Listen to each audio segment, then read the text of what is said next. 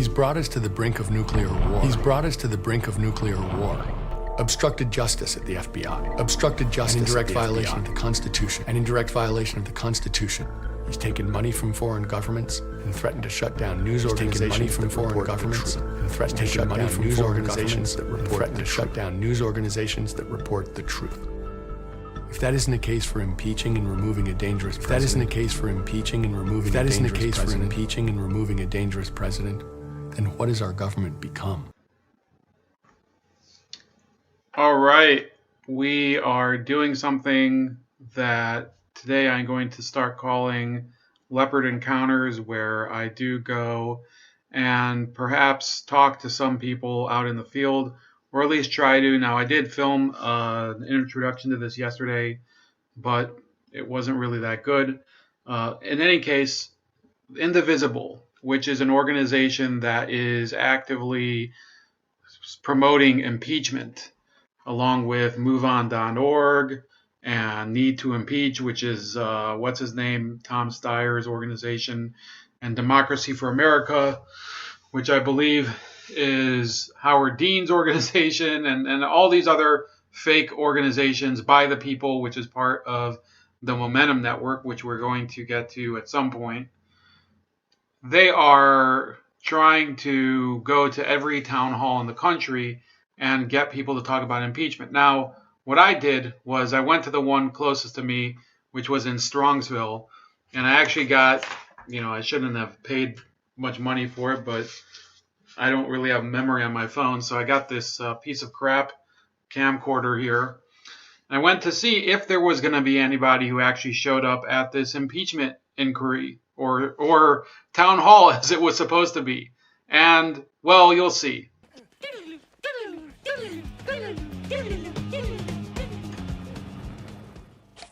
All right, folks, we're in Strongsville talking with people at the event, hopefully. Seems like it's going to be a little sparse. There's not a lot of people in the parking lot, plenty of open spaces, and I really want to see if anybody came out to try to campaign for impeachment or whether the event didn't get any response. All right, looks like the event is starting at 12. Really looks like it's mostly local residents, and I don't see any protesters at all. So I'm not sure how effective their impeachment summer campaign is. So for reference, Gonzalez represents the Ohio 16th Congressional District, which extends mostly from, I guess this would be the Rocky River, western Cuyahoga area through to, I guess, central Ohio, and this is the Portage County area, close to where I used to work.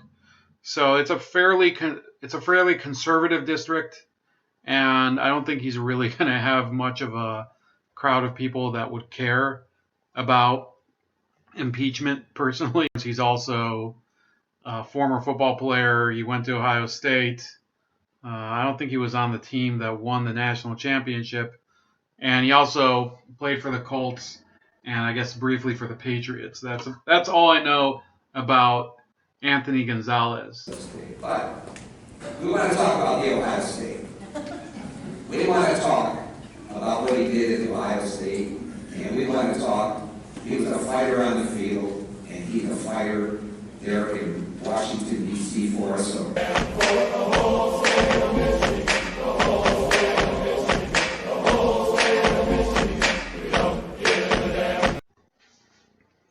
I'll have to be straight with you. The rest of that video of that town hall was not compellingly interesting.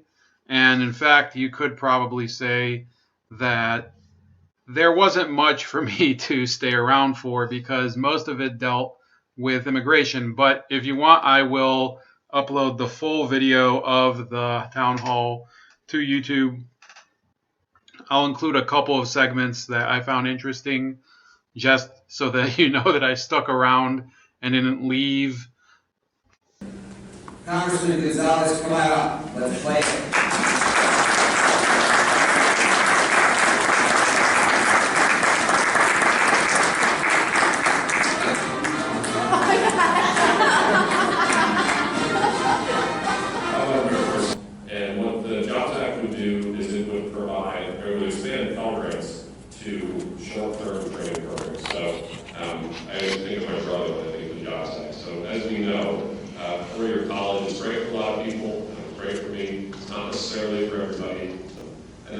thing I've been working on is healthcare. Healthcare, when you pull it, is number 1 or 2 in our district, number 1 or 2 issue. Immigration and healthcare are kind of, depending on when you pull, you're going to get one or the other. And so I wanted to make sure that on the Republican side, we had a plan that people believed in, that would lower costs and expand coverage. I think those are the 2 goals. Let's lower costs. The cost of our healthcare in this country is way too high, and let's make sure more people have coverage. I think you can do all that by spending less money at the federal level and empowering states more than we do today. And so I've been working on my own bill alongside some Republicans in the House and the White House as well on what the Republican plan for health care is. I think you saw this. I did a trip down to the border not long ago. I guess that was almost a month ago. I wanted to see for myself what was going on at the border. You read a lot, you see a lot. I don't find the cable news cycle to be particularly helpful on this issue, and certainly not Twitter.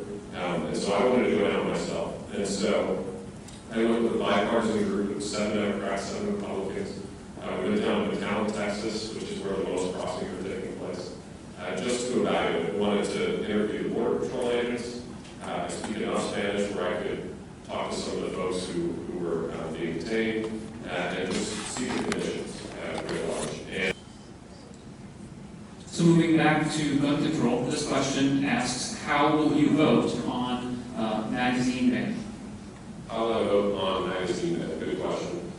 So again, I'll go back to, well, 2 things I'll say. One, there's not a specific bill to look at right now, so I don't like commenting on theoretical bills that haven't been written.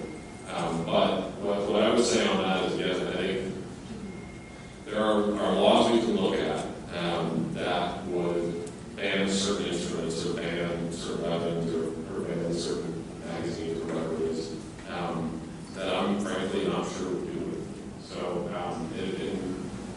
in the case of, let's call it or even Dave,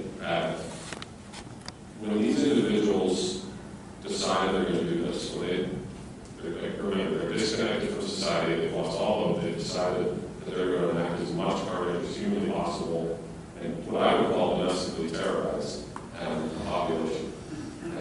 To me, it's very similar to suicide bomb.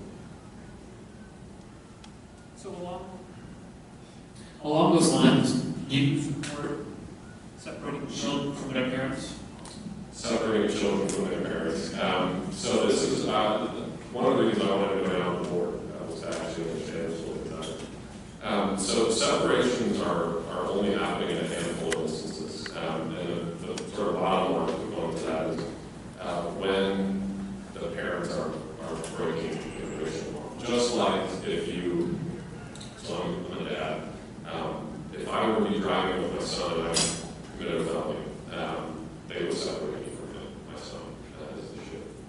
And so similarly on the crossings, if a crime has occurred, there's a separation. If when captured they find, oh wait, this person's wanted for murder in Guatemala, separation would occur. But then there's also another issue which goes way underreported, and this was the saddest thing that I saw. When I was down at the border, we were in one of the detention facilities. There was a little kid who was probably 8 months old, 9 months old, being wheeled around in a stroller by one of the border patrol agents. And I asked her, I said, whose kid is this? And she said, we have no idea. So what do you mean, you have no idea? She said, we have no idea because somebody who we've apprehended 3 different times over the course of the last couple of months presented at the border, claimed asylum, and said this was their kid. And we said, okay, you haven't done this kid before. Do you mind if you do a DNA test? He said, well, if you're going to do a DNA test, it's actually not my kid. I found this kid and I took him over because I wanted to get into the country with a child. In that case, obviously they sent him home. They tried to track down the parents. The guy gave him a phone number. Phone number didn't work. Somebody else needs to be done under us. So most of the town hall went like that, and during the filming, I was actually given a business card by one of the staff members of the congressman's office even before it, there was a lady also from his office who asked me if I wanted to be in the press group.